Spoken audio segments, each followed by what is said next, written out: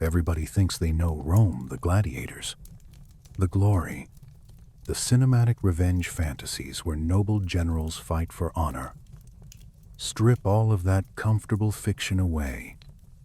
What you're left with in AD 166 is something no Hollywood movie would dare show you honestly, because the truth is too ugly, too morally compromising.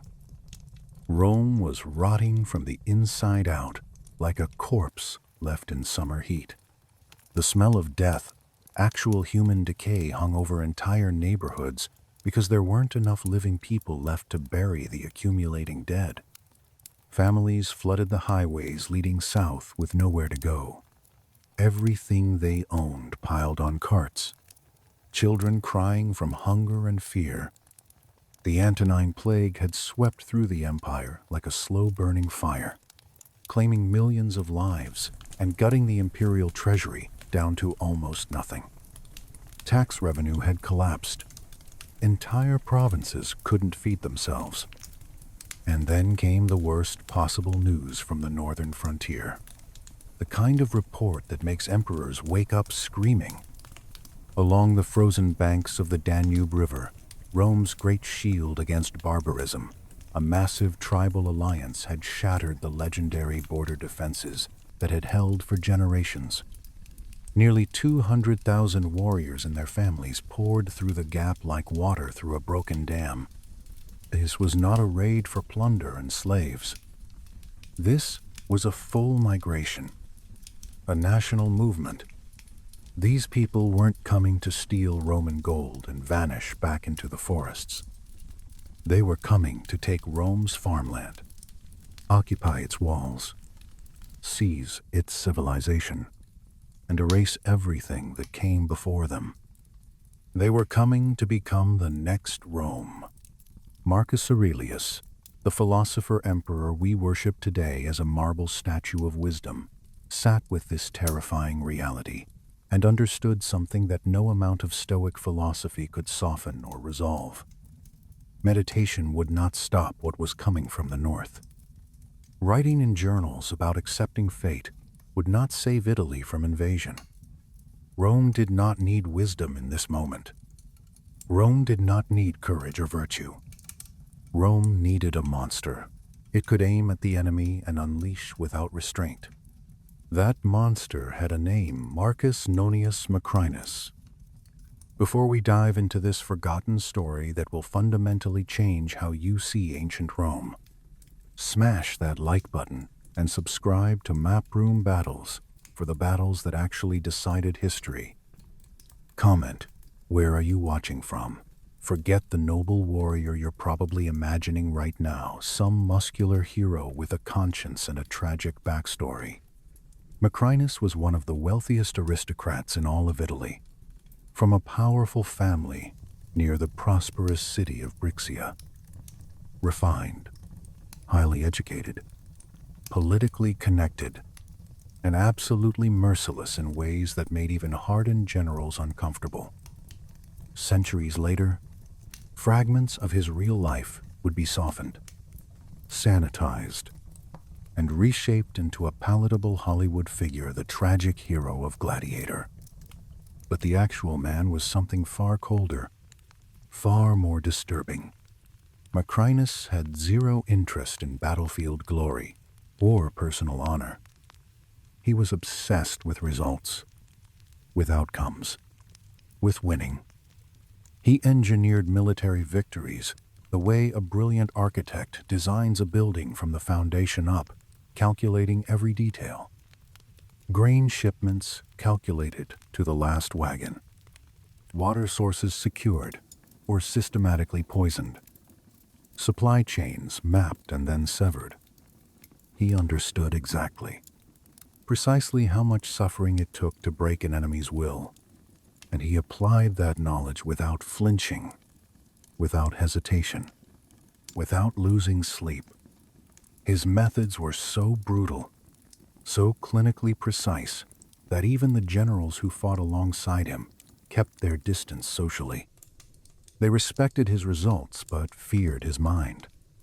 When the northern frontier fell apart, when the Danube line collapsed, Marcus Aurelius did not send Macrinus north to rally the troops with inspiring speeches. He sent him to turn those broken, plague-ravaged troops into something their enemies had never faced before, a machine built for one purpose, only total annihilation. What you are about to hear is the true account of the man history would quietly, uncomfortably label the Butcher of the Danube. This is a campaign fought not with heroic duels or inspiring cavalry charges, but with deliberate starvation, systematic psychological destruction, and a trap so devastating the enemy walked into their own mass grave without ever realizing what was happening. You will witness how a dying empire placed its survival in the hands of one cold, calculating mind, and gave him permission to cross every moral line imaginable just to keep the lights on for a few more generations. It started with something nobody took seriously at first, just a cough. From the bustling docks of Alexandria to the crowded alleyways of Gaul, people started dropping. What seemed like an ordinary seasonal fever turned monstrous within hours. Skin blistered with black pustules. Temperatures soared past anything healers could manage with their limited knowledge. Whole families were dead before the week was out. Entire households silent. This was the Antonine Plague, likely smallpox, though ancient sources couldn't identify it precisely. And by the late 160s AD, it was carving through the Roman Empire like a sharpened blade through parchment. Soldiers collapsed in their bunks, burning with fever. Provincial tax officials simply stopped showing up because there was no one left alive to collect from or to pay. Marketplaces that once roared with commerce and argument now echoed with weeping, desperate prayers, and the grinding wheels of corpse wagons hauling bodies to mass burial pits. Rome, the undisputed superpower of the known world, suddenly looked breakable for the first time in living memory. The marble facades still gleamed in the sunlight. The statues still stood tall in the forums. But underneath all of it, the empire was hemorrhaging. Behind closed doors in the imperial councils, advisors tallied the damage in numbers that made strong men go pale with fear. Fewer people paying taxes meant less revenue. Fewer hands working the fields meant less food. Fewer bodies to fill the legion ranks meant weakened borders. Legions stationed along the frontiers were riddled with gaps where battle-hardened soldiers once stood. Desperate commanders started plugging holes with untrained teenagers and old men who should have been home with their grandchildren.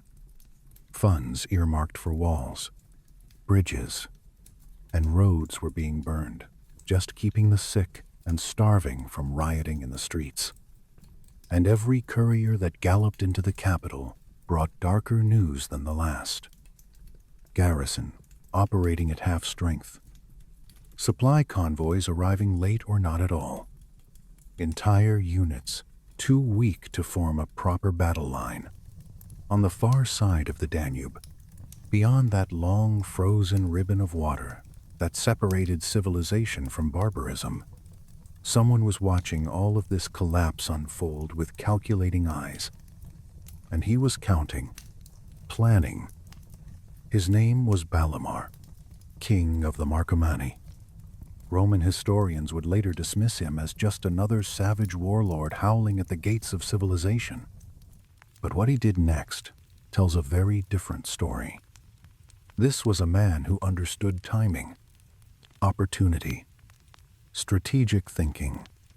For generations, his people had lived under the boot of Roman pressure, forced tributes extracted at sword point, borders redrawn at Roman convenience whenever the empire wanted buffer zones, trade agreements designed to keep the tribes economically dependent and militarily weak. They had watched Roman legions march into their forests, deliver brutal punishment for any resistance, then retreat behind the Danube, like it was some divine wall that could never be crossed.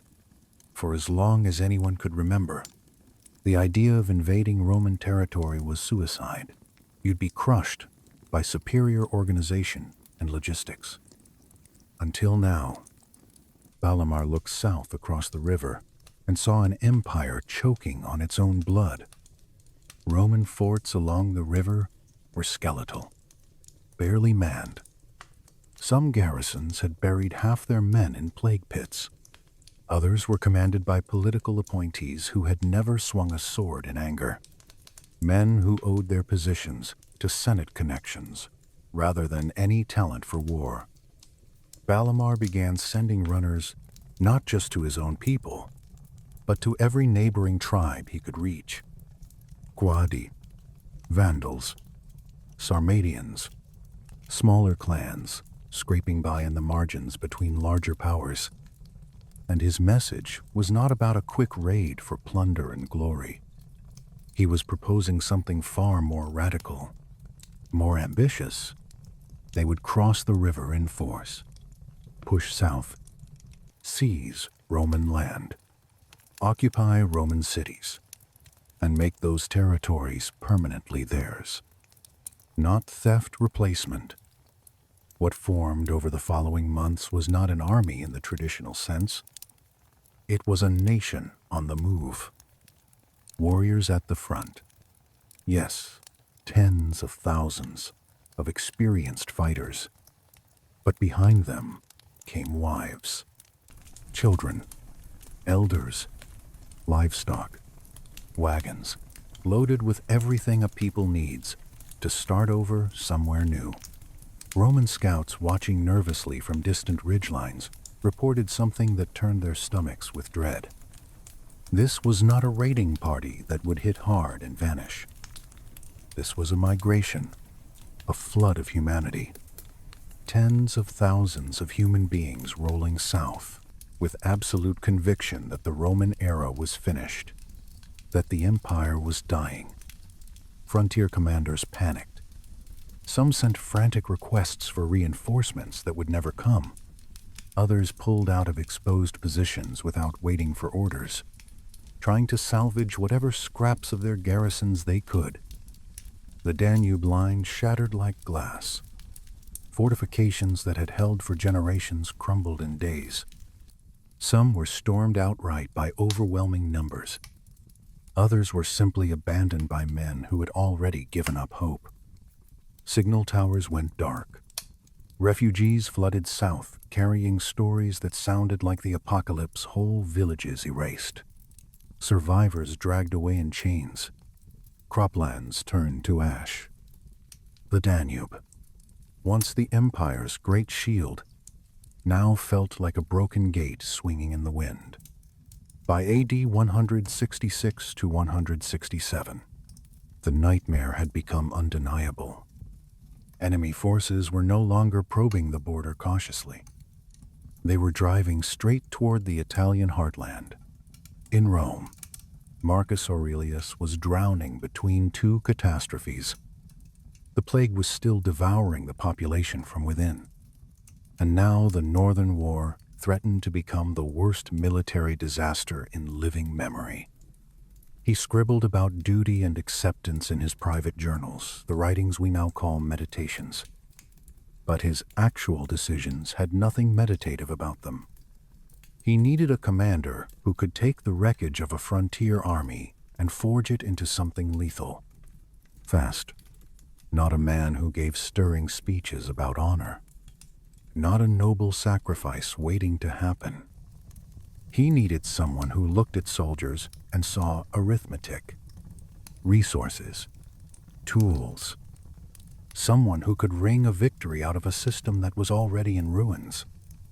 That is how Marcus Nonius Macrinus stepped onto the stage of history.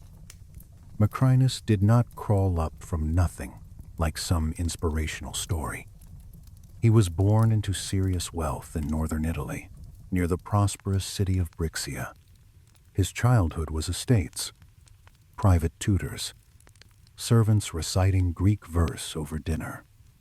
He climbed the political ladder all the way to the consulship, sat in gilded halls, beneath frescoed ceilings, debating philosophy and law. On paper, he was exactly the kind of pampered aristocrat you would expect to collapse under real military pressure. But the people who actually worked alongside him knew better. There was something unnervingly precise about the way his mind operated. He caught discrepancies that no one else noticed: the missing crate in a supply depot, the inflated troop count in an official dispatch, the subtle pattern behind why some units consistently outperformed others. For Macrinus, warfare was never a romantic tale of valor. It was a massive, brutal equation with inputs and outputs, and sentiment had no place in it. Before the crisis, Macrinus had already demonstrated an almost mechanical genius for logistics under Marcus Aurelius. He ensured grain shipments arrived on schedule. He organized the distribution of winter clothing, cavalry horses, siege equipment. He identified and ruthlessly removed the corrupt middlemen who were skimming profits off every military supply chain. In peacetime, that kind of work earns you a polite commendation and a quiet retirement. In an empire staring down extinction, it made him something else entirely. The single man the emperor believed could rebuild a functional war machine from ashes. Behind closed doors, the usual diplomatic pleasantries vanished. Marcus Aurelius spoke plainly about the crisis. The tribal coalition outnumbered several of Rome's remaining field armies. Plague-ravaged provinces could barely feed themselves, let alone fund a prolonged war. Too many generals were more concerned with protecting their reputations than protecting the frontier. If enemy forces reached Italy and burned their way through it, the psychological damage across the empire would be almost impossible to repair. This was not about winning a single glorious engagement. It was about preventing the total collapse of Roman belief in itself. Macrinus did not respond with reassurances or patriotic speeches. He responded with demands: complete authority over the northern theater, the power to remove any officer he deemed unfit, regardless of rank or connections, total control over supply routes, the right to override provincial governors if they got in his way. Marcus Aurelius agreed to every condition because, at that point, the only alternative was watching the empire's map dissolve. When Macrinus finally arrived at the northern front to take command, there was no proud army standing at attention to greet him. There was a catastrophe wearing the skin of a military camp. The winter encampment along the Danube was a graveyard dressed up as a headquarters. Canvas shelters drooped under crusted snow and grime.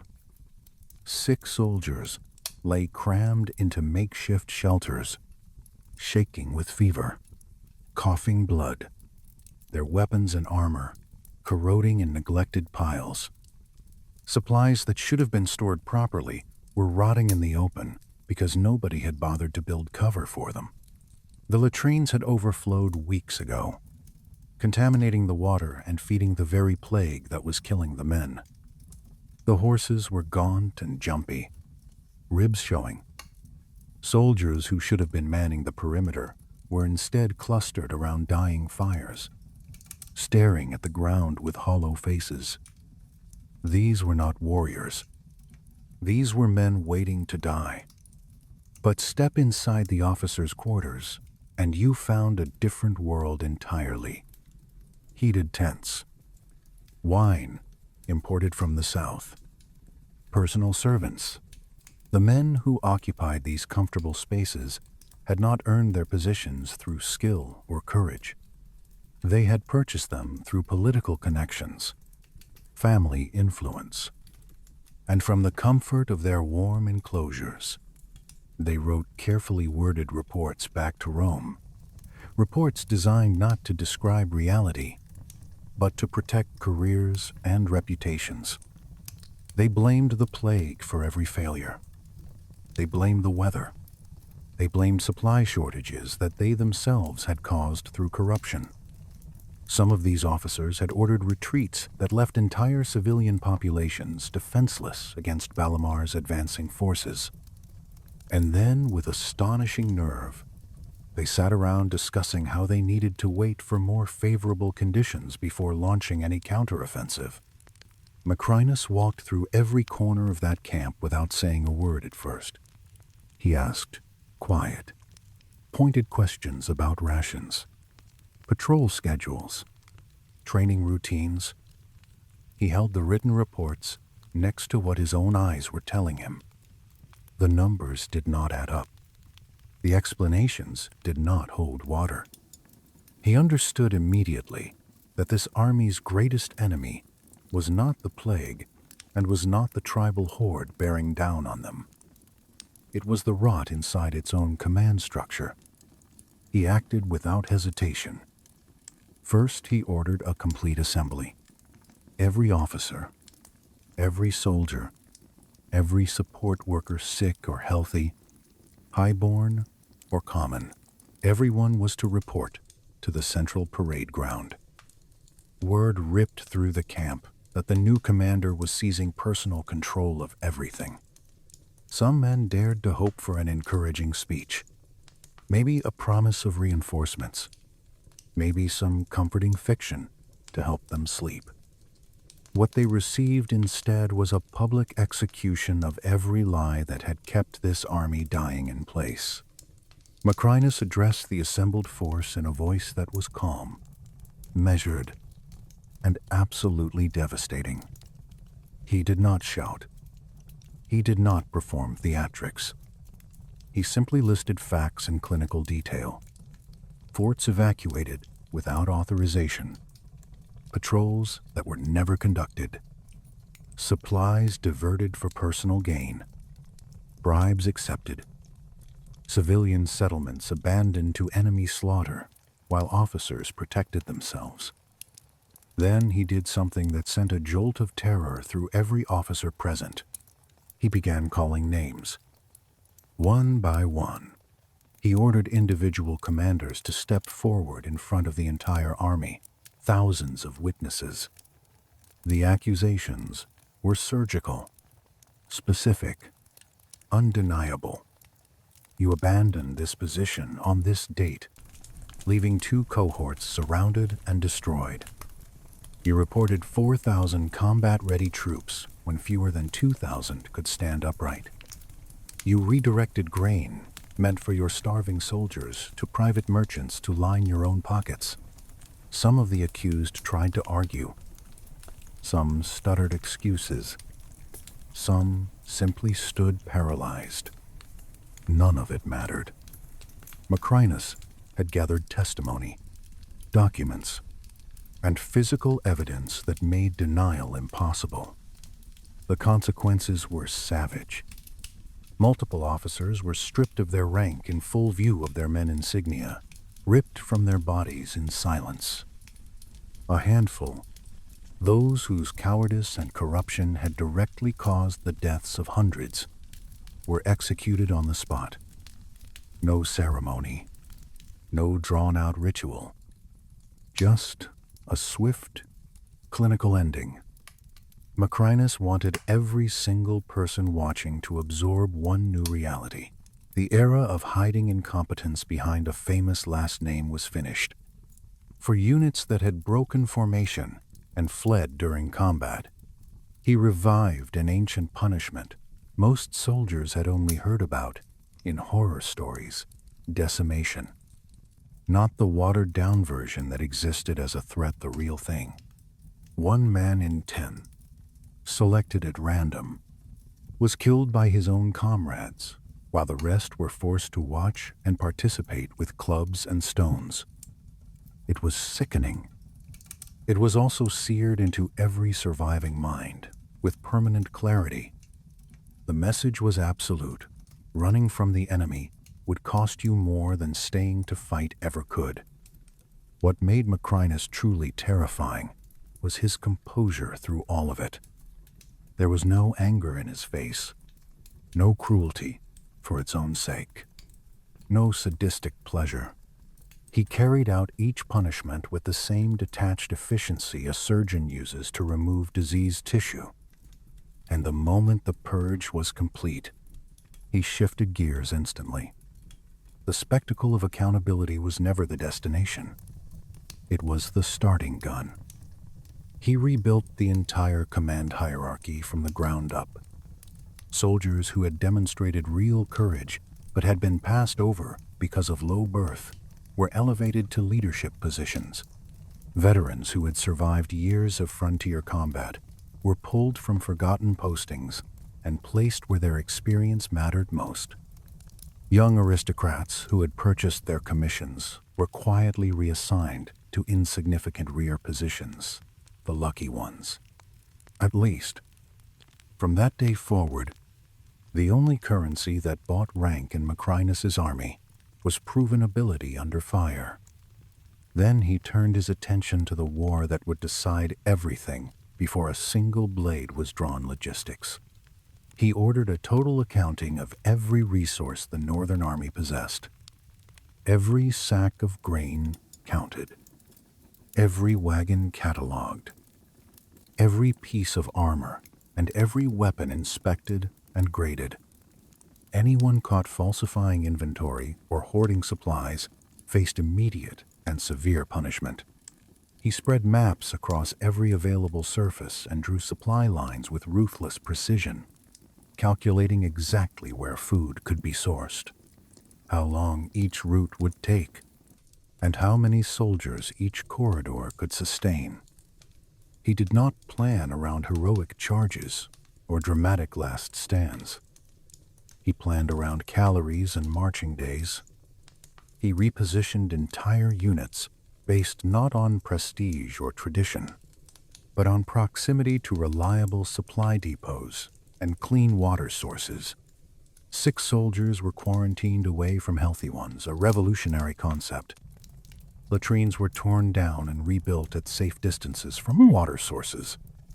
Dedicated teams were organized solely to manage sanitation and camp hygiene, an assignment most commanders would have considered beneath their attention, but one that Macrinus treated as a frontline operation.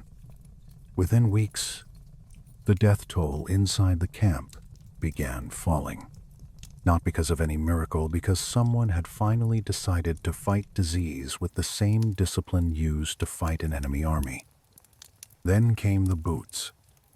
Macrinus understood a truth that most generals overlooked.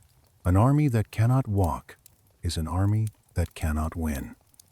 He drove his quartermasters to repair or replace every piece of worn-out footwear in the camp. Leather workers were hauled in from surrounding towns and put to work day and night. Soldiers who had been hobbling on shredded soles for weeks suddenly found themselves able to march without agony. It seemed like a minor detail. It was anything but. With functional boots, Macrinus could execute rapid repositioning maneuvers that would have been impossible before. Desertion rates plummeted because men who could walk without pain were men who still believed they had somewhere worth marching to. Morale did not soar, but it stopped bleeding. Training restarted under conditions that would have broken most peacetime armies. The half-hearted drills that had passed for preparation were abolished overnight. Macrinus imposed grueling, timed marches in full combat gear through snow, mud, and freezing rain. Battle formations were rehearsed over and over until they became instinct rather than thought. Archers and artillery crews practiced rapid deployment under simulated combat pressure, assembling and firing until their hands cramped. Failure was punished, but excellence was rewarded too, with extra food, better equipment, or simply being named in front of the assembled ranks. The calculus was plain: suffer now under controlled conditions, or suffer far worse when the real enemy arrives. And while he was grinding the army's body back into fighting shape, Macrinus began sharpening something far more dangerous than any weapon: emotion. He knew that fear, left untreated, would paralyze his forces. But fear properly directed could be transformed into something ferocious. So he made sure his soldiers could not look away from what they were fighting against. Refugees from settlements destroyed by Balamar's advancing horde were brought directly into the camp, not sheltered out of sight. Brought in where every soldier could see them, hear them, smell the smoke still clinging to their clothes. Farmers described watching their homes collapse into flames. Mothers recounted children torn from their arms and dragged away. The stories were delivered raw, unfiltered, in full hearing of men who still had families of their own somewhere to the south. Macrinus stood among them during these accounts, face completely unreadable, letting the weight of every word settle into the frozen air. When his scouts discovered the remains of massacred settlements, he did not shield his troops from the sight. He marched selected units directly to the aftermath. They walked through charred ruins and stepped around hacked remains. They saw fields that had been deliberately salted and burned, so nothing would ever grow there again. Some men vomited. Some stood locked in place, unable to process what they were seeing. And then Macrinus would speak, always brief, always quiet, always the same message: this is what reaches your family if you fail. That was the engine of his psychological warfare. He never once asked his men to fight for abstract glory or imperial pride. He told them in the most visceral terms possible exactly what would happen to everyone they loved if this army did not hold. He reinforced it constantly.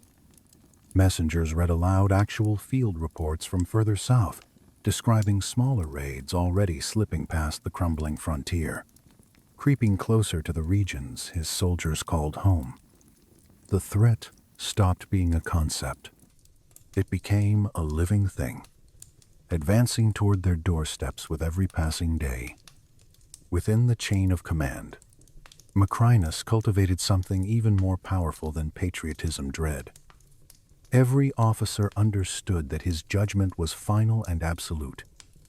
A unit that held its discipline under fire could expect priority supplies, safer rotations, and the distant possibility of leave. A unit that broke would not simply be thrown back into the next engagement, it would answer to Macrinus personally. Terror of the barbarians pushing from the north. Terror of their own commander standing behind them. Crushed between those two forces, the army had no choice but to transform. It became something lean, savage, and obedient down to its bones.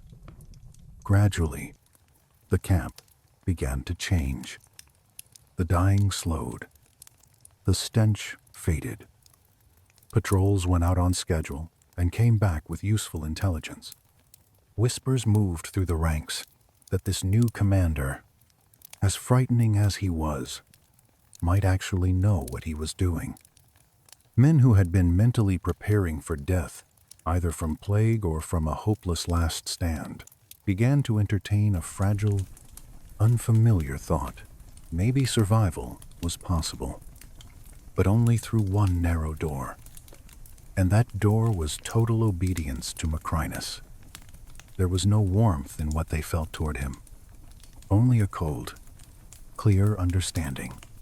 He was the mechanism standing between them and annihilation.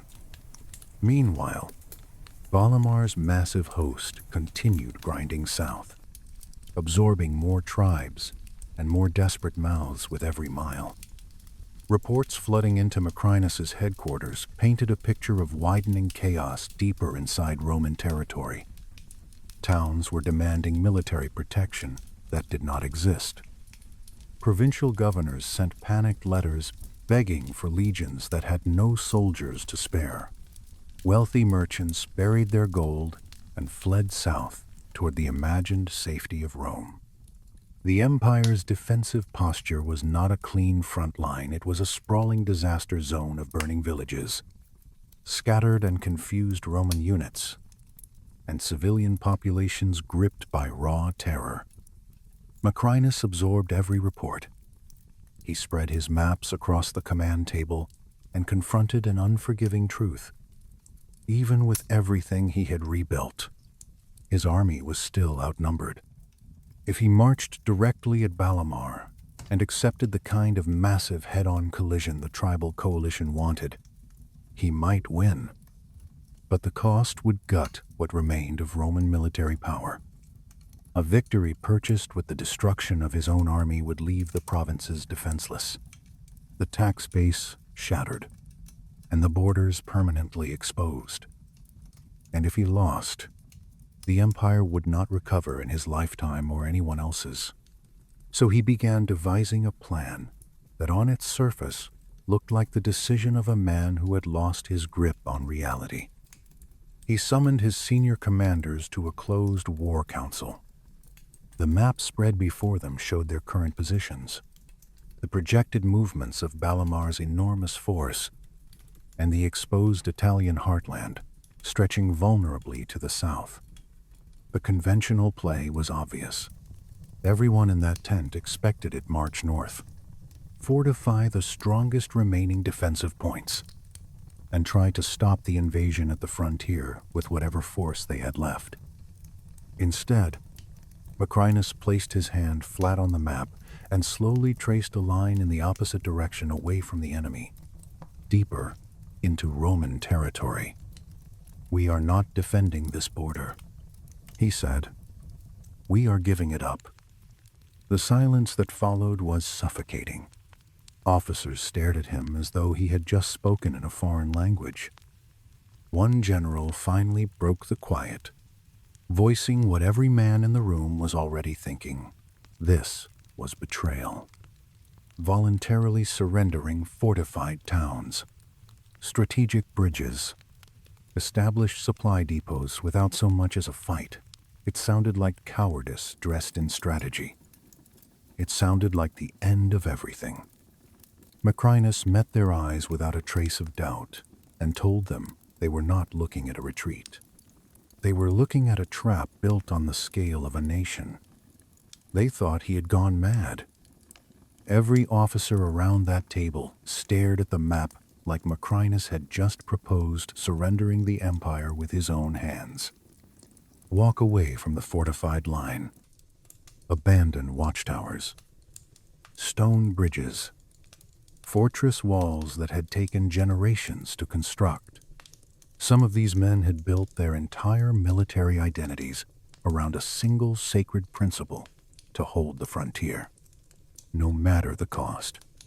And now this commander, weeks into his authority, was telling them to turn their backs on everything. One general broke first, his voice barely controlled. "If we pull back, the tribal horde will flood across the Danube unopposed. They will find empty forts and scorched ground and interpret it as proof that Rome has already fallen. Word will spread like fire. Soldiers will throw down their weapons and run. Civilians will descend into chaos. Provincial governors will brand you a traitor. The empire will unravel not from the outside, but from the inside." Macrinus let every word land. He let the fear and the fury fill the tent until there was nothing left to say. Then he cut through all of it with a voice that carried no emotion whatsoever. "They already believe we are dying. Let them keep believing it. But they are no longer a raiding force. They are a migrating nation. And a migrating nation has to eat. It has to drink every single day. We do not need to destroy them in one magnificent collision. We just need to make every step they take feel like walking deeper into a coffin." He laid it out in terms so blunt they bordered on cruel. Standing and fighting now would bleed the legions white, even in victory. Retreating in panic would trigger the exact collapse everyone feared. but pulling back deliberately, methodically, gutting the land as they went, evacuating every useful thing and poisoning what remained that would transform the entire region into a death trap. The tribes would march into what looked like an open door. They would think Rome was breaking apart. In reality, Rome would be redesigning the entire battlefield around them. His finger moved across the map. River crossings that could be wrecked, wells that could be contaminated, villages that could be emptied before the first enemy scout arrived, fallback positions and hidden supply corridors that existed on no standard military chart. His officers looked at the web of lines and marks and slowly understood this was not capitulation. This was amputation performed with a surgeon's precision on the Empire's own flesh. The orders went out within hours. Garrison commanders along the Danube received instructions that read, like madness, move all civilians south, destroy or remove every grain store, drive livestock inland away from the frontier, demolish bridges the moment the last Roman boot crossed them, leave absolutely nothing that an advancing enemy could use.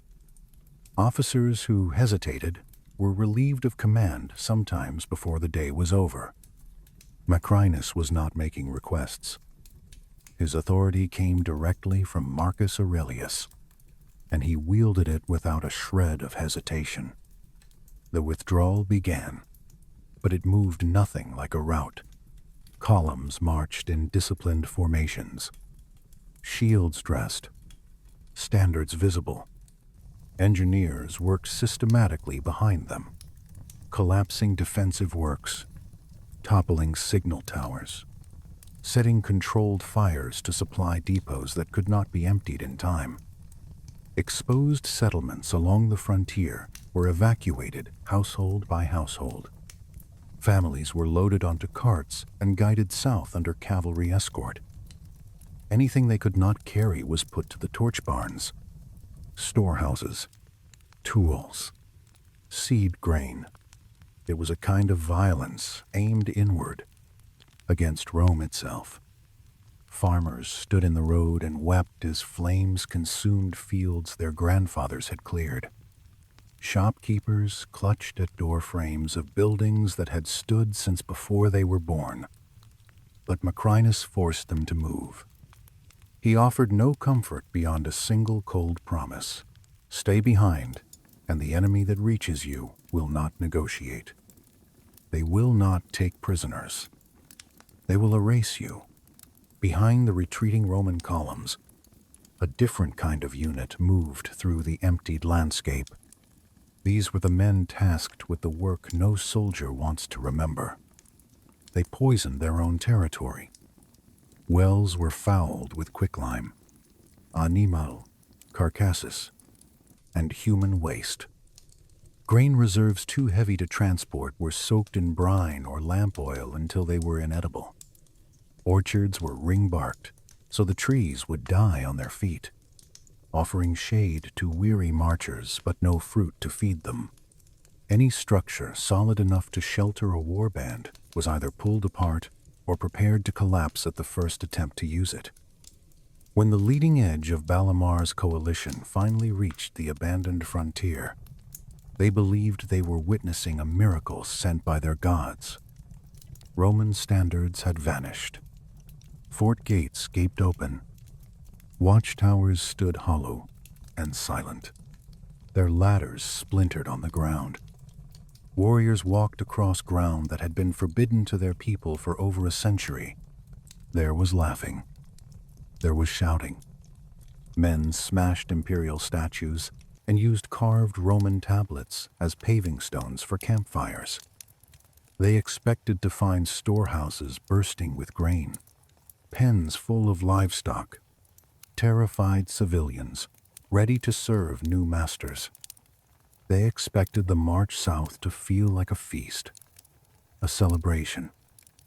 Instead, they stepped into a void. The first wells they reached were ruined. Water came up clouded, slick, or writhing with larvae. Grain sacks left behind tasted of salt or petroleum. The only animals remaining were bloated corpses, already drawing flies despite the cold. Buildings that looked intact from a distance revealed scorched interiors and load-bearing beams weakened to the point of collapse.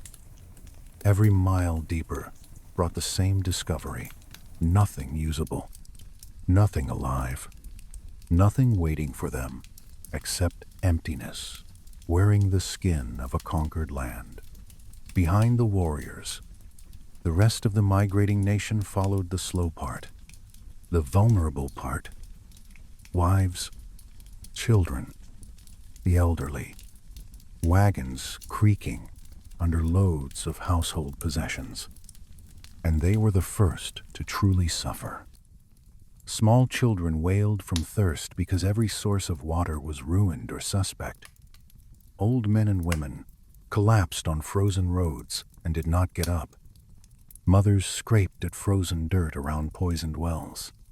Desperate for anything drinkable, draft animals stumbled in their harnesses and died where they fell.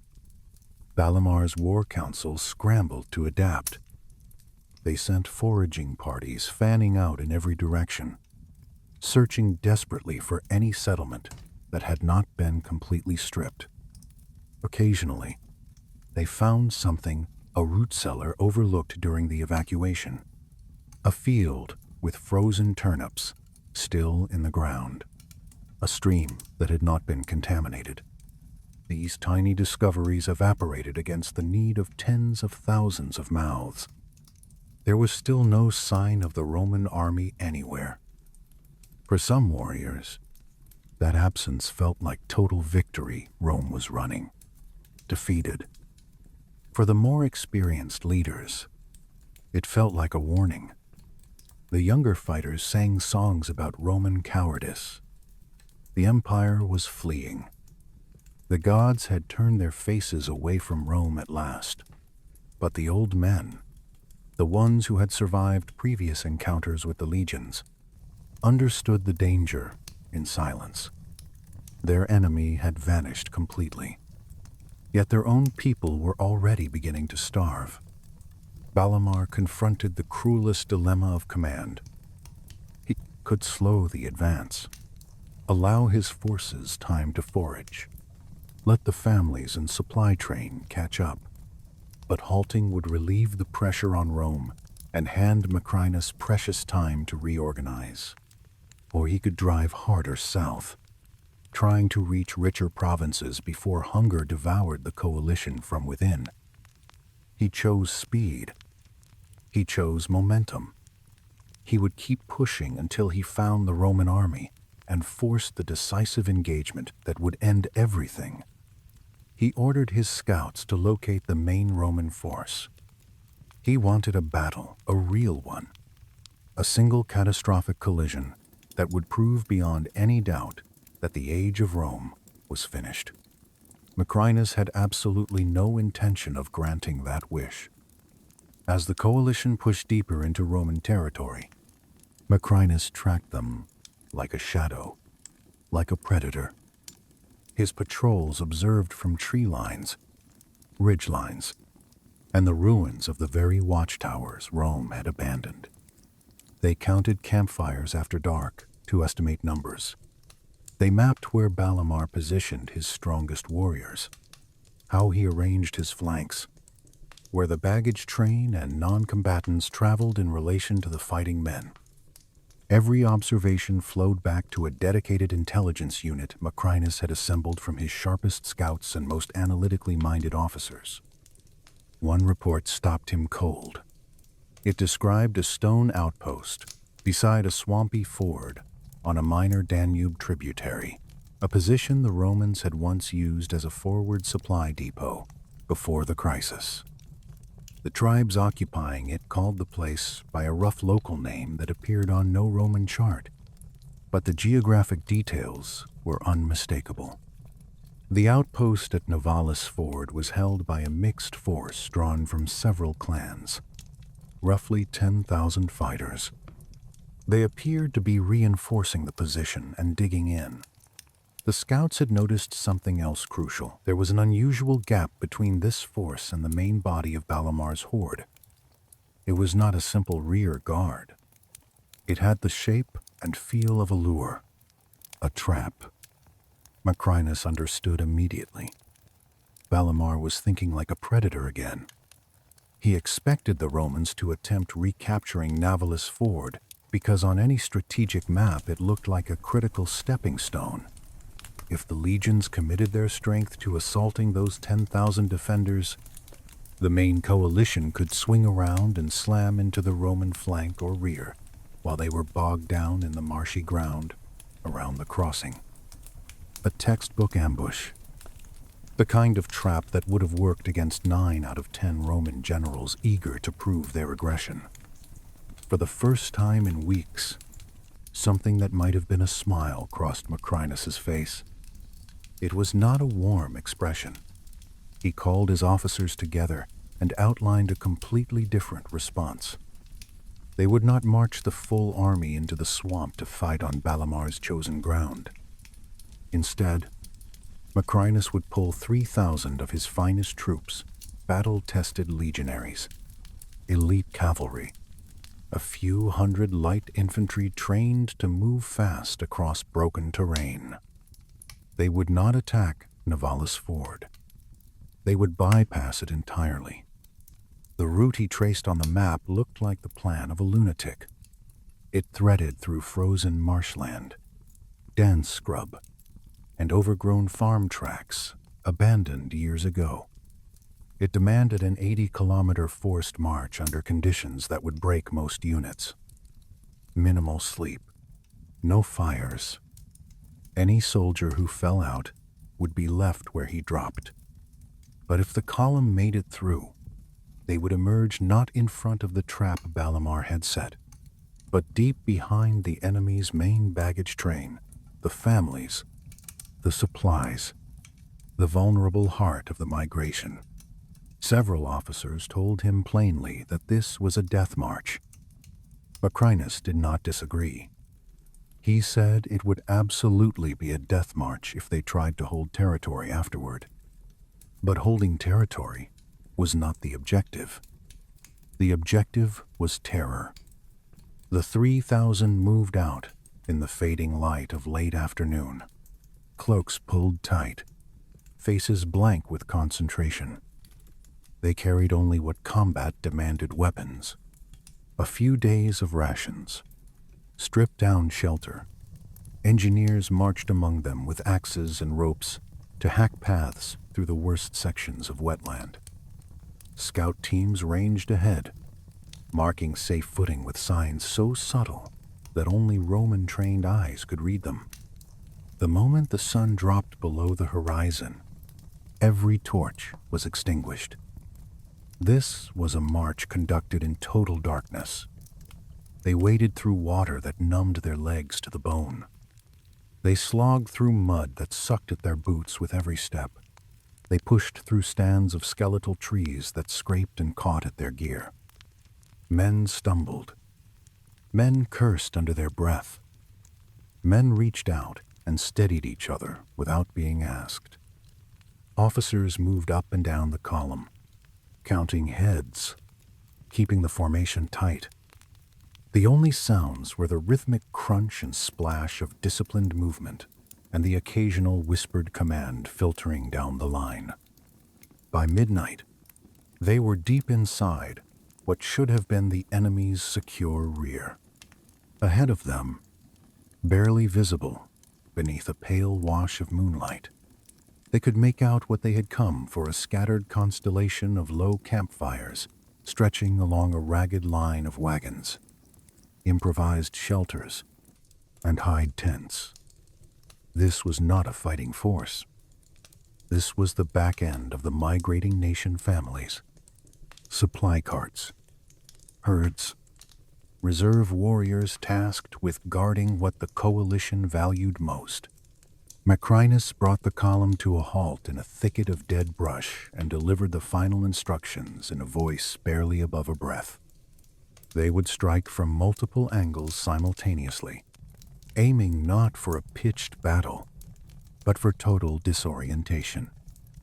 Small assault teams received specific assignments: burn the wagons, slaughter the livestock, eliminate the sentries, tear open every food cache. Other teams were tasked purely with psychological warfare: make as much noise as physically possible, scream in Latin, shout the handful of tribal words they had memorized, sound every horn they carried, make 3,000 men sound like 30,000. Then he gave one final order that revealed the true architecture of his thinking. Do not seal every escape route. Make sure survivors get out. Let them run. The night detonated. One heartbeat. The barbarian rear camp was wrapped in the dull quiet of exhausted sleep. Children burrowed under animal skins. Warriors dozed around dying embers. Dogs nosed between the wagons. The next heartbeat. Roman war horns split the darkness from 3 directions at once. Flaming arrows streaked overhead and punched into wagons loaded with the last of the coalition's portable wealth. Oiled fabric caught instantly. Tents erupted into walls of fire. The screaming started before anyone understood what was happening. Roman soldiers smashed into the disoriented perimeter guards with mechanical precision. They did not stop to plunder. They did not form parade ground formations. They drove like blades toward the critical targets: the herds, the grain wagons, the largest clusters of defenseless people. Knives severed harness leather and sent panicked animals stampeding into the swamp.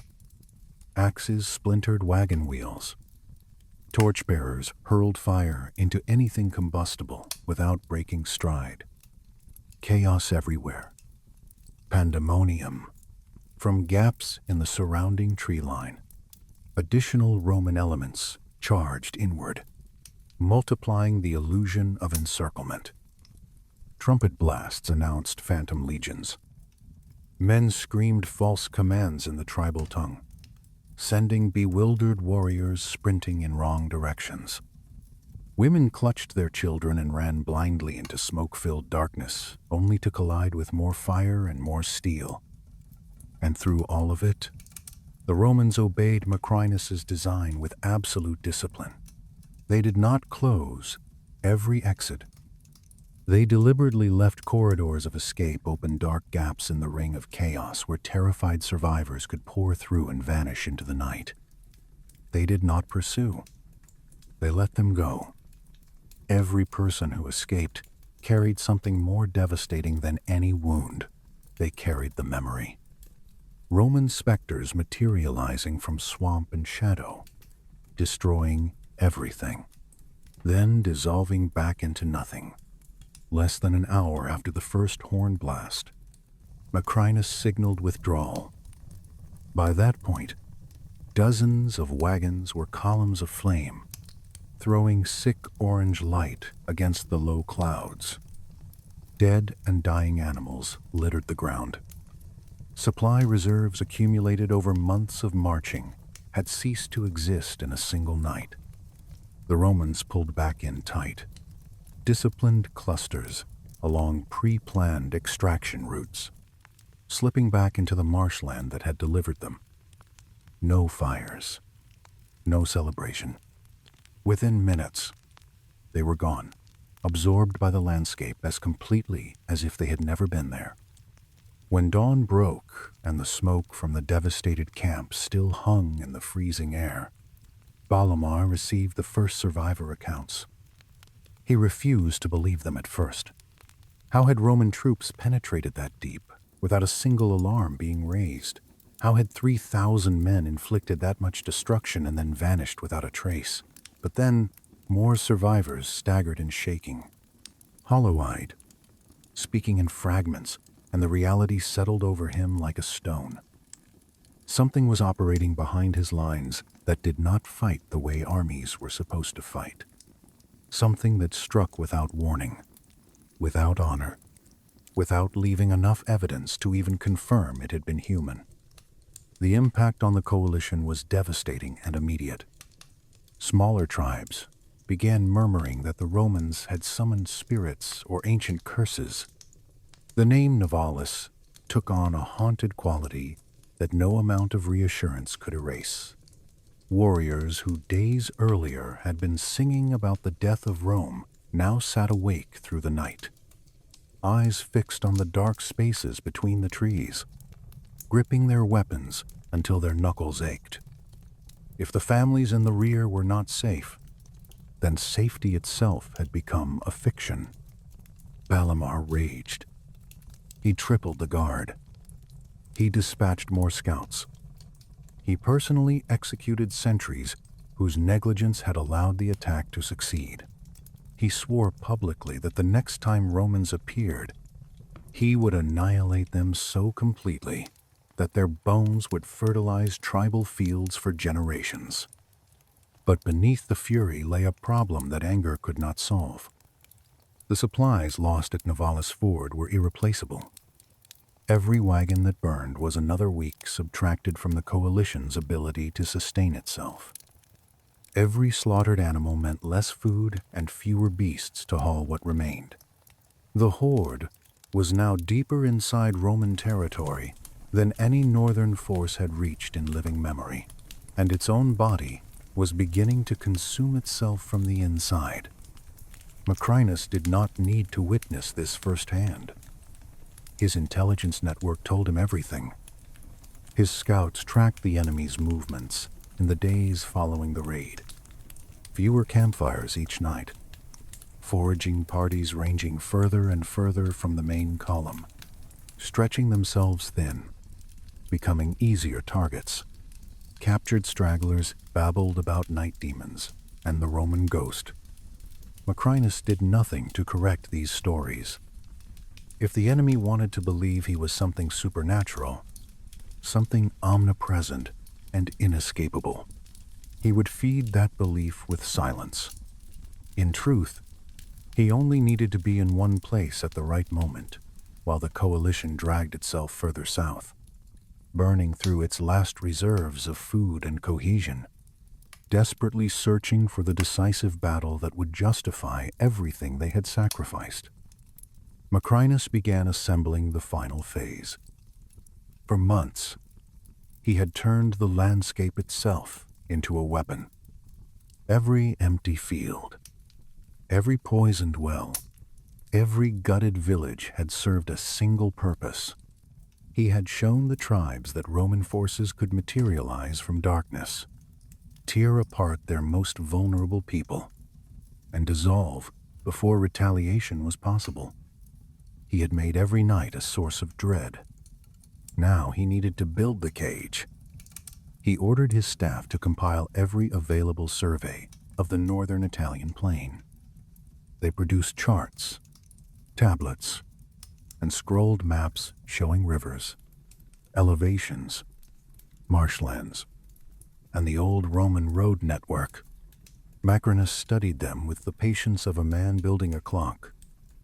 He was searching for one precise combination of features, terrain that would funnel a massive army into a narrow front, natural barriers where he could anchor his own flanks so they could not be turned, and a target so valuable, so psychologically important, that a starving and enraged enemy would hurl itself forward without holding anything back. His finger came to rest on a city that had stood for centuries as a strategic cornerstone of the empire, a fortified stronghold near the head of the Adriatic Sea, Aquileia. Aquileia commanded the northeastern approaches into the Italian heartland. It sat near rivers and low ground that could be turned to defensive advantage. It had walls. It had a fiercely loyal population, and its symbolic weight was enormous. If Aquileia fell, the psychological shockwave would reach Rome itself. If Aquileia held under the right conditions, the entire surrounding region could become a slaughterhouse. To virtually every Roman leader alive. The notion of allowing the enemy to reach Aquileia was unthinkable. The city guarded the entrance to the Po Valley, the agricultural and economic heart of northern Italy. If Balamar's horde appeared at its gates, the Senate would erupt. Merchants across the peninsula would flee. Marcus Aurelius would face a political firestorm that even his near-mythic reputation might not survive. Macrinus wanted Balamar standing at those gates. He needed the coalition as far from its homeland as geography allowed, as starved as months of scorched earth could make them, as furious and desperate as a cornered animal. Only when they had nothing left, no reserves, no fallback position, no option except a full commitment to one final assault, would the trap close completely. As he quietly redeployed his forces toward Aquileia along interior Roman roads, using supply lines the enemy could not reach and logistical networks that still functioned, he also gave his soldiers something they had not experienced in months: rest. For a few precious days, some men slept under actual roofs. Wounds were cleaned and properly treated. Damaged armor was repaired. Worn weapons were replaced. Fresh recruits, arriving from the southern provinces, were drilled relentlessly, then folded into veteran units. The instrument Macrinus had been forging since the day he arrived at that rotting winter camp was nearly complete, a hardened, stripped down, ferociously disciplined killing force. The enemy, tragically for them, was deteriorating in exact proportion to Roman recovery. Balamar's coalition, harried by raids, hollowed out by hunger, psychologically scarred by what had happened at Novalis, kept moving south because stopping meant dying. If they halted, starvation would finish what Macrinus had started. If they turned around, every clan leader who had staked his reputation on this invasion would be destroyed politically and probably physically. So they marched on, step by agonizing step. Children too weak to cry, elders abandoned by the roadside because the column could no longer carry them, warriors still dangerous, still armed, but quieter now. The songs had stopped. The boasting had stopped. What remained was a deep, compressed rage that had nowhere to go except forward. They cursed the barren fields. They cursed the fouled water. They cursed the invisible enemy that struck from darkness and left nothing but ashes and nightmares. By the time the walls of Aquileia appeared on the southern horizon, the coalition was less an army than a mass of starvation and fury given human form. They looked at that city and saw not just a military objective, they saw salvation. Behind those walls, there had to be granaries, warehouses, livestock, fresh water, everything they needed to survive. Everything they had been denied for hundreds of miles.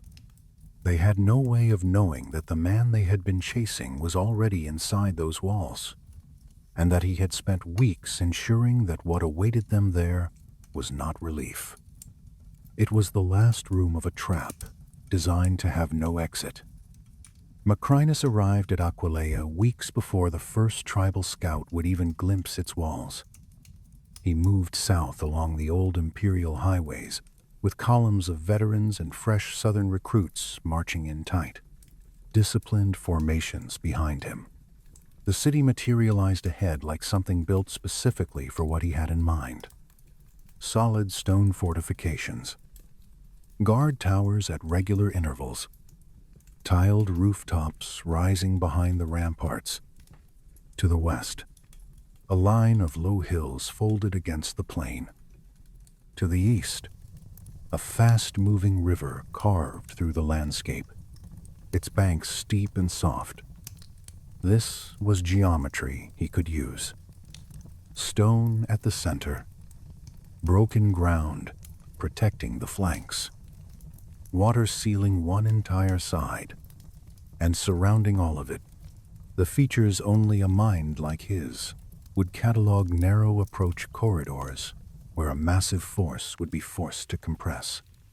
Boggy stretches that would turn advancing feet into waiting feet. Subtle ridgelines perfectly suited for mounting artillery. For the people of Aquileia, watching Roman legions march through their gates felt like deliverance. For Macrinus, the city was nothing more than the final component of an equation he had been solving for months. He did not pause for ceremony. The moment his troops were inside, he walked the full perimeter on foot. He counted the paces between towers. He measured sight lines from the walls to the riverbank. He knelt and tested the soil with his hands. He interrogated the city magistrates about forgotten drainage channels, disused quarries, abandoned vineyard terraces, anything that could influence how large bodies of men moved across this ground. City officials tried to engage him in politics. He dismissed them. In his eyes, Aquileia was not a community to be reassured. It was a weapon to be loaded. Then he did something that baffled everyone watching. Instead of packing his entire force behind the safety of the city walls, he began pushing units back outside. Roman soldiers started tearing into the earth beyond Aquileia's perimeter, carving deep, zigzag trenches across the approaches. They hammered sharpened stakes into the ground at murderous angles. They heaped excavated dirt into low defensive ramparts. They assembled rough barricades from felled timber and demolished masonry. Engineers positioned artillery platforms on every available rise ballistae. Scorpions, torsion-driven machines capable of driving iron bolts clean through a shield and the body behind it. Behind each successive line of obstacles, Macrinus stationed reserve cohorts with explicit instructions how to rotate in, how to fill breaches, how to withdraw in order if a section buckled. Seen from elevation, the design would have been unmistakable. Aquileia was the anchor. Radiating outward from it, concentric rings of obstacles and prepared killing fields. The hills closed off one flank. The river sealed the other. The only viable path for a large attacking force was a steadily narrowing corridor leading directly toward the city, a corridor that Macrinus had filled with everything designed to slow a charge. Fragmenta formation, and bleed an army dry before it reached anything worth taking. Inside the walls, he issued a parallel set of orders. Grain reserves were inventoried down to the last sack and placed under direct military authority. No private stockpiling. No black market trading. Every kernel entered a centralized ledger. Civilians were organized into labor details. Some hauled stone and water to forward positions. Others prepared linen bandages and rudimentary medical stations. The city's population became an extension of the military machine, whether they understood that or not. At the same time, Macrinus made one point absolutely clear to his officers: the walls of Aquileia were the last resort, not the primary defense.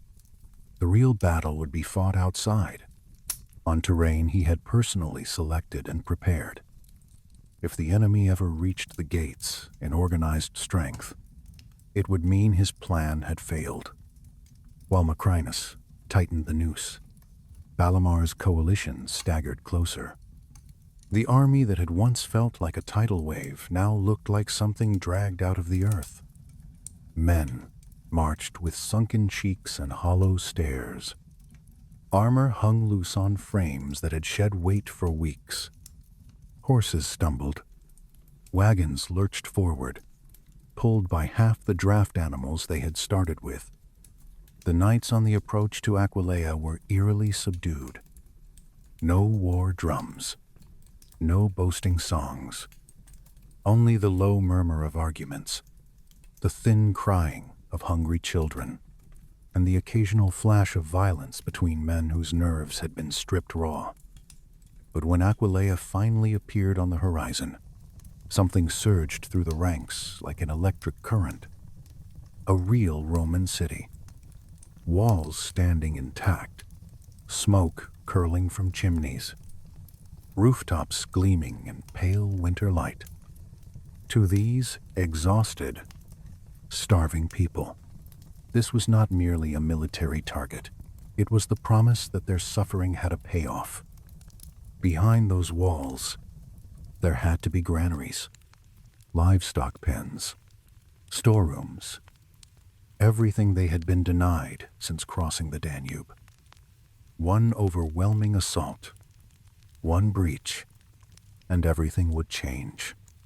Tribal scouts rode ahead and returned with reports that fed the coalition's hunger for a fight.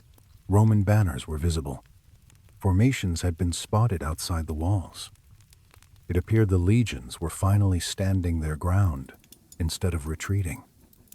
To most of the warriors, this sounded like what they had been begging for since the march began, a decisive confrontation. Destroy the Romans here, and the road into Italy would lay open and undefended. What those scouts failed to grasp was what the ground itself had become. When the first probing wave of tribal fighters advanced toward the Roman positions, they discovered the truth, step by bloody step. A line of shallow ditches bristling with sharpened stakes forced them to slow to a crawl. Behind that, another line. On their flanks, Roman infantry units dug into elevated positions stared back at them from behind locked shields. The river on one side churned fast and frigid. Its banks turned to treacherous mud. The hills on the opposite flank glinted with metal and timber, where artillery crews sat ready behind loaded machines. Balamar pulled his forces back for a day to assess. He was no fool. He walked the perimeter of his own encampment, listening to his war captains argue. The aggressive faction demanded an immediate full assault delay would only give Macrinus time to bring reinforcements and strengthen what was already a formidable position. The cautious voices pointed at their own emaciated ranks and at the lethal geometry of the approaches.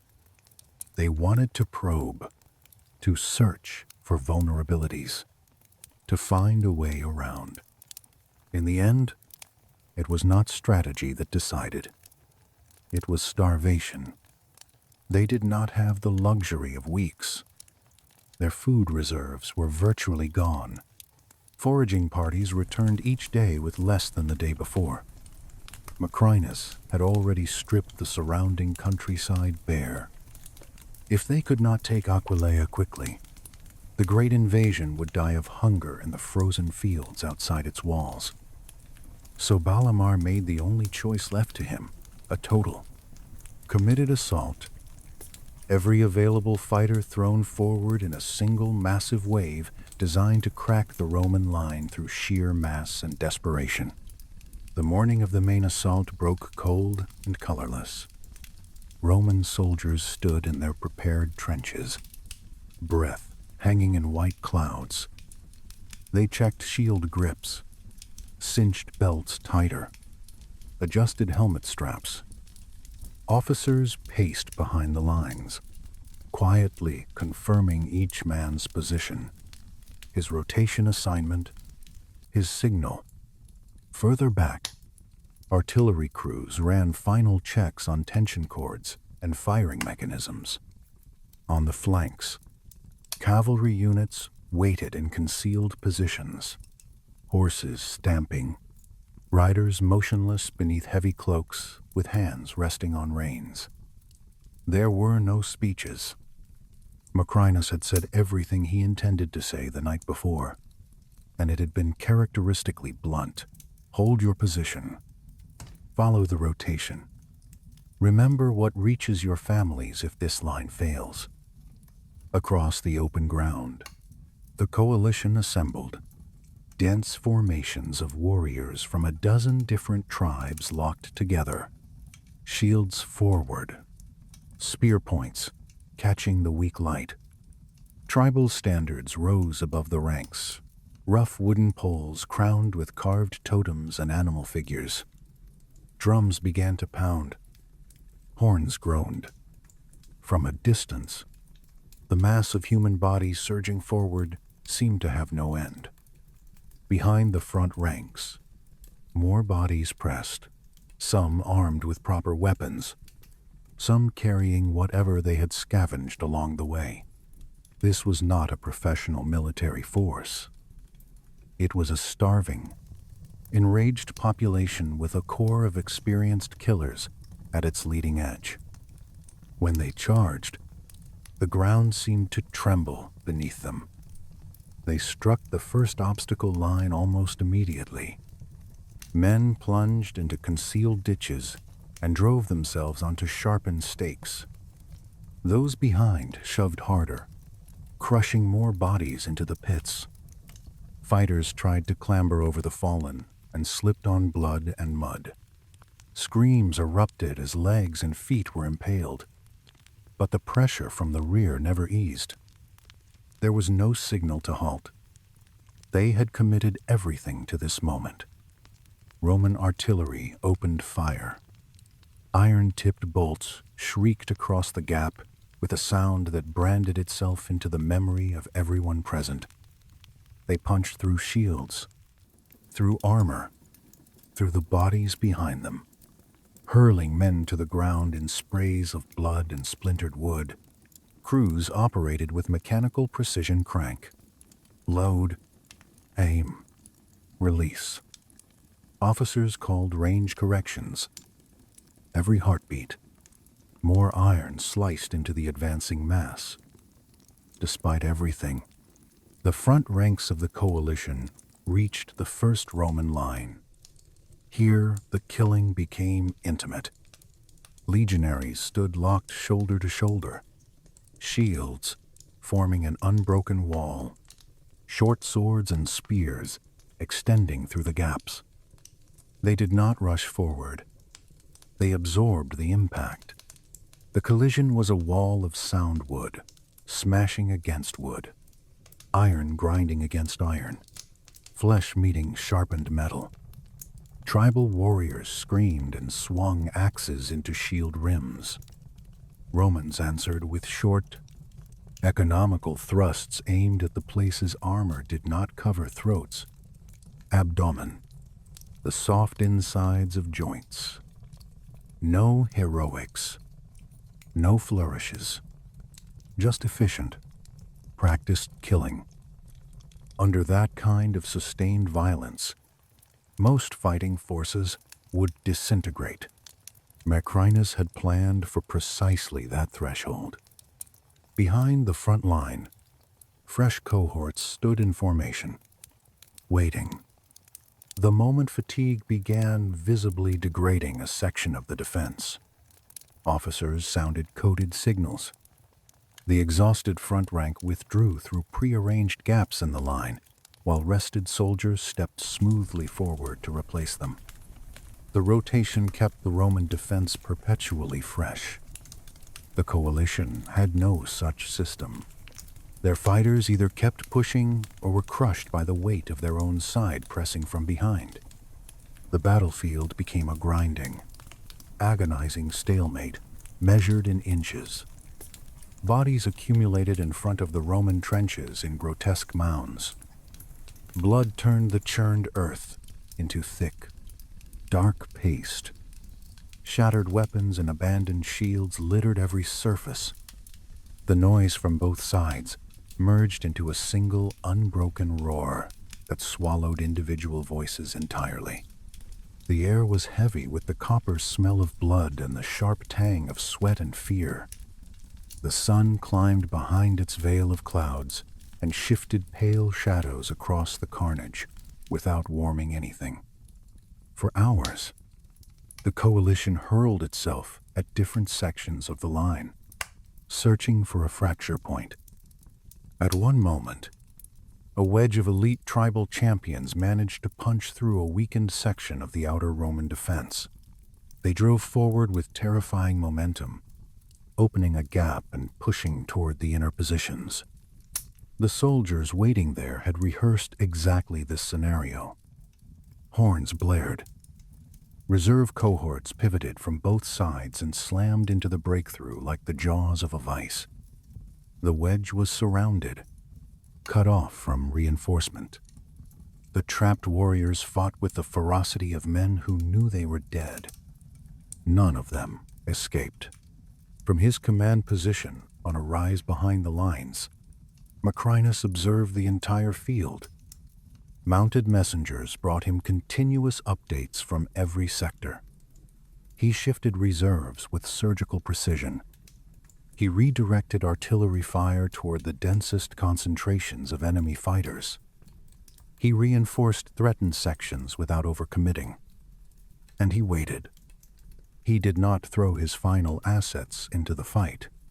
He needed the coalition to exhaust itself completely, to burn through its last reserves of strength, leadership, and hope. The decisive blow would not land while the enemy was still furious and strong. It would land when they were spent and beginning to crack. By the middle of the afternoon, the fracture was visible. The coalition's assaults had lost their force.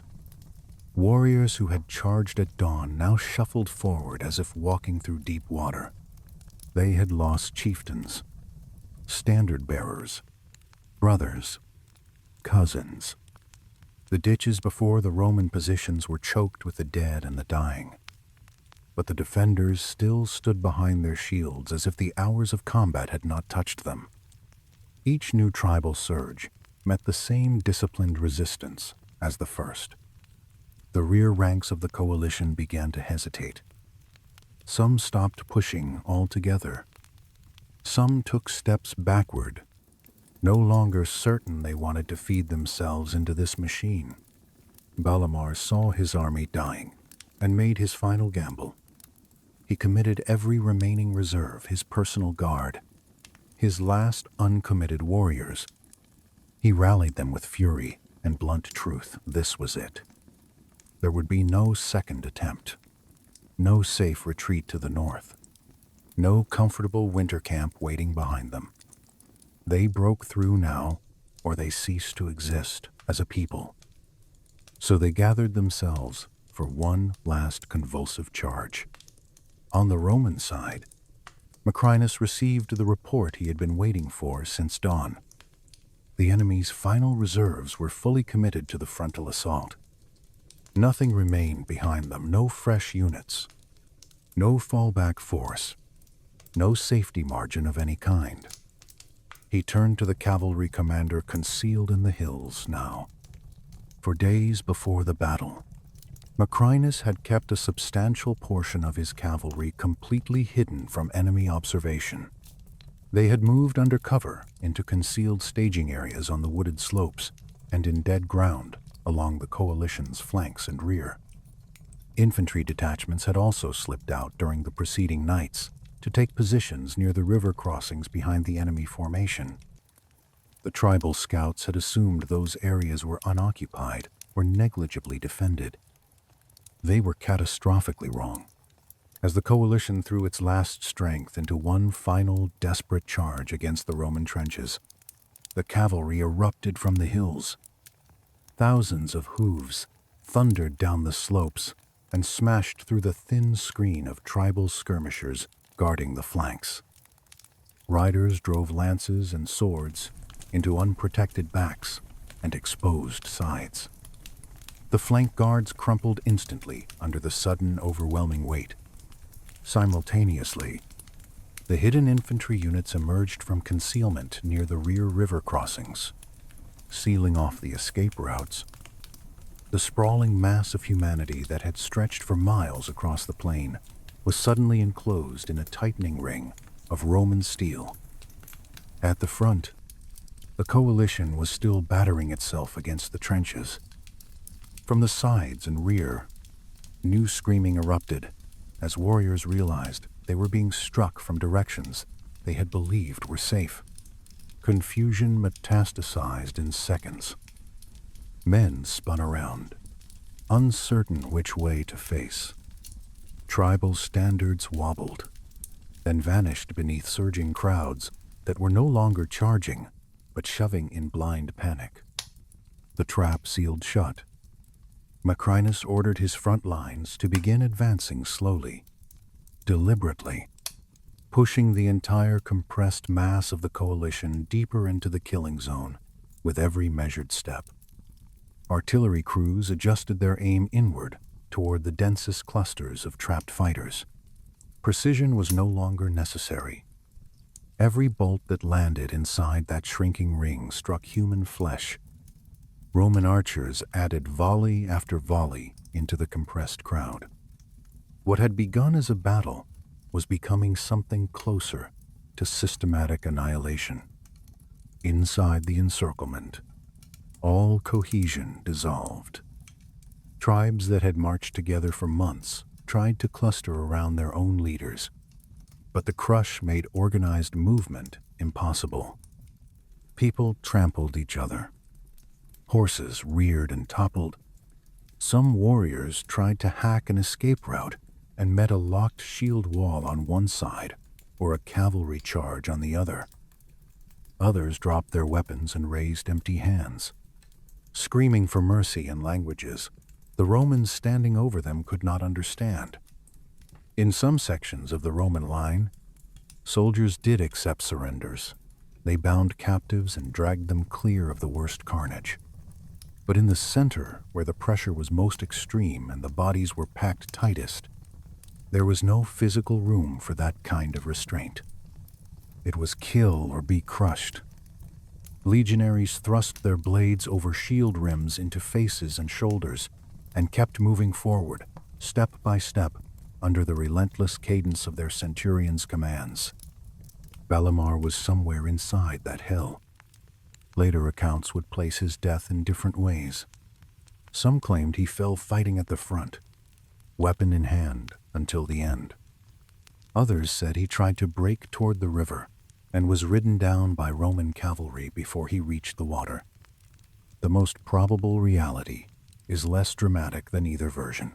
He died in the mud under a featureless gray sky, surrounded not by legendary champions, but by an anonymous mass of the fallen. No inscription was carved to mark the spot. No surviving tribal epic preserved his last words. In Roman texts, he was simply consumed by the field he had led his people onto. When the last sounds of organized resistance finally guttered out, the ground around Aquileia looked like something the human mind was not designed to process. The trenches were buried under layers of corpses. The open ground between the Roman positions and the coalition's original staging area was a continuous carpet of bodies, broken weapons, abandoned shields, and shattered equipment stretching in every direction. Thin pillars of smoke rose from scattered points where wagons and supplies had ignited during the fighting. Sections of the river ran discolored, where bodies had tumbled in and jammed against rocks and roots. Roman soldiers stood among the aftermath, trembling with exhaustion. Armor painted in other people's blood, faces drained of color. Some stared at the landscape with an expression that went beyond shock into something closer to incomprehension. Others doubled over and retched. Officers moved through the ranks immediately, ordering men to reform, to regroup by unit, to begin collecting the wounded. Discipline did not end because the killing had stopped. Macrinus had made sure of that long before this day. Macrinus rode out across the field slowly, surveying the result of everything he had engineered.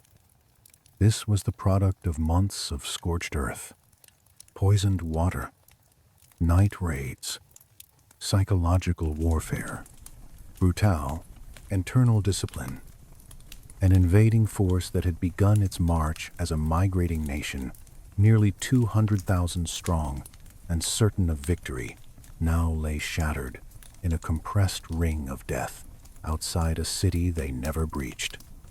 Survivors were collected, hands bound, placed under guard. Others crawled or staggered into the surrounding landscape, only to be hunted down by cavalry patrols or claimed by their wounds in the freezing night. Macrinus issued orders with the same flat efficiency he had applied to everything else: salvage usable weapons and equipment, categorize prisoners, burn any remains that posed a disease risk, bury the rest in mass graves. He instructed his officers to record casualty figures as accurately as circumstances allowed. The Senate and the Emperor would expect numbers. Even here, standing in the middle of industrialized slaughter, his mind was already composing the logistics of aftermath: supply impact assessments, long-term security projections, administrative reports. Marcus Aurelius traveled north in the weeks that followed to oversee the broader settlement. He arrived after the worst of the carnage had been cleared. He met with envoys from the surviving tribal remnants, broken peoples who now came begging for terms instead of demanding territory. He extracted hostages. He imposed troop levies. He dictated settlement conditions. Some groups were permitted to remain on Roman soil as subordinate populations, providing military manpower and labor in exchange for land and a tenuous promise of imperial protection.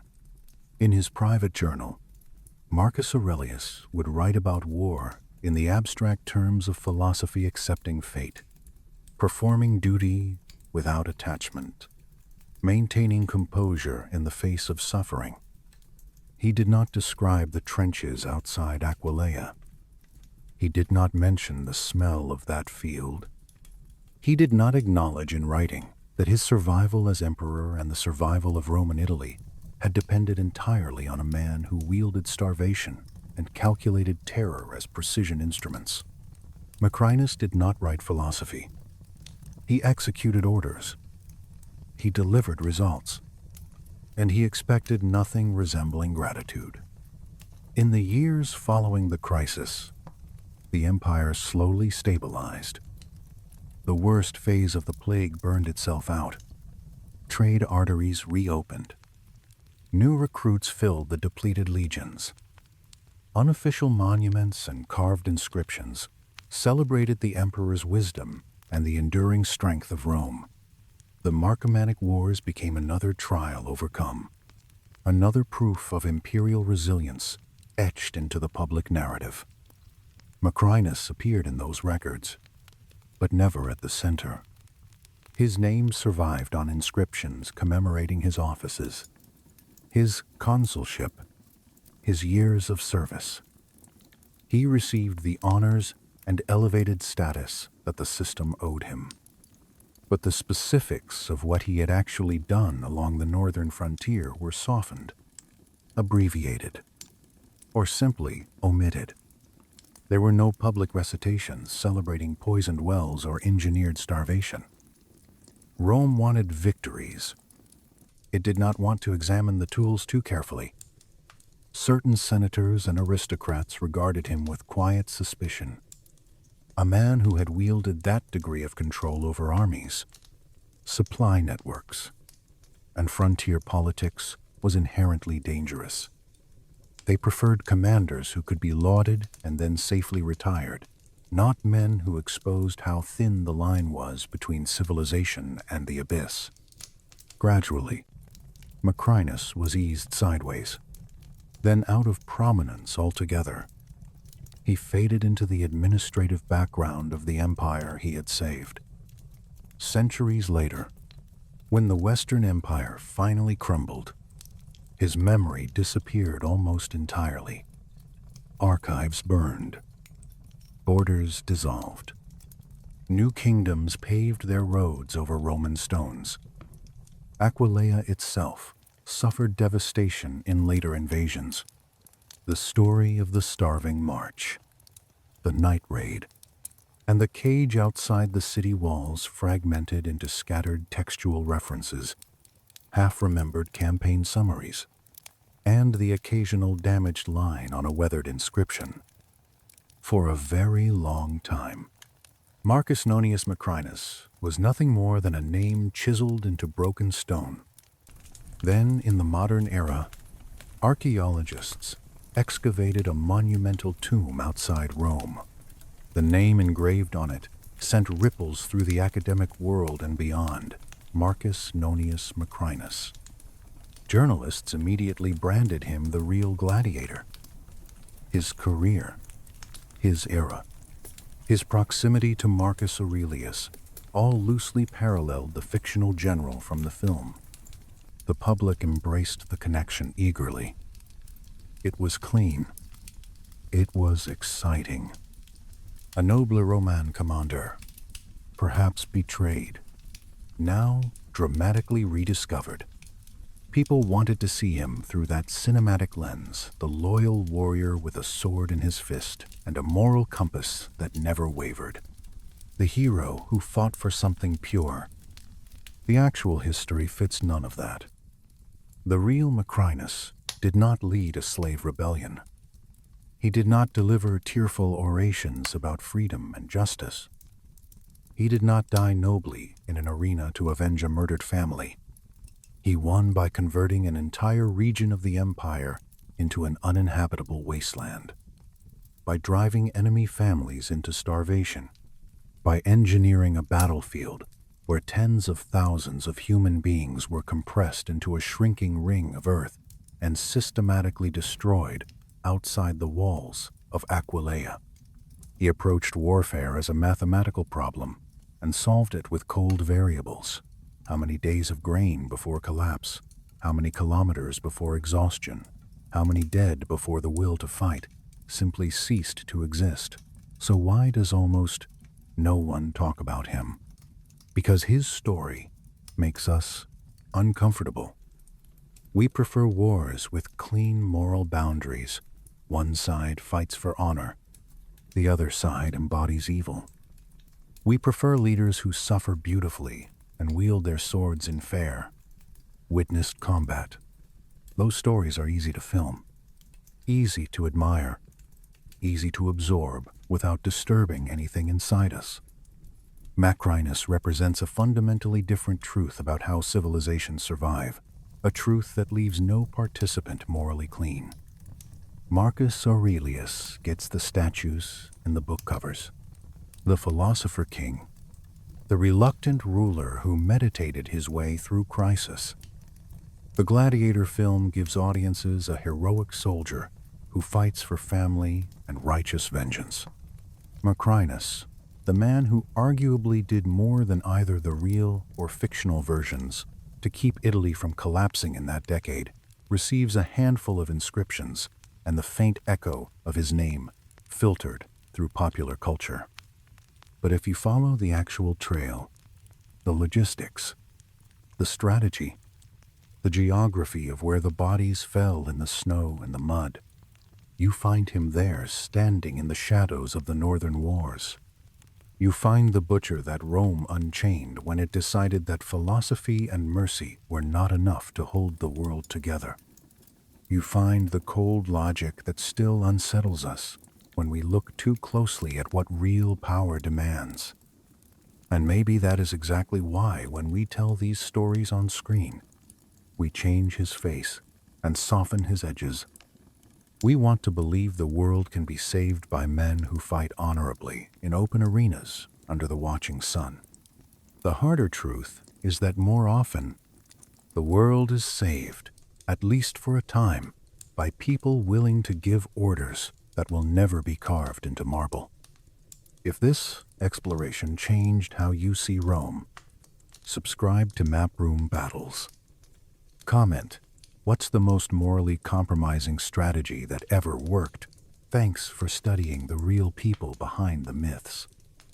Remember, sometimes empires survive, not through heroes, but through monsters they're willing to aim.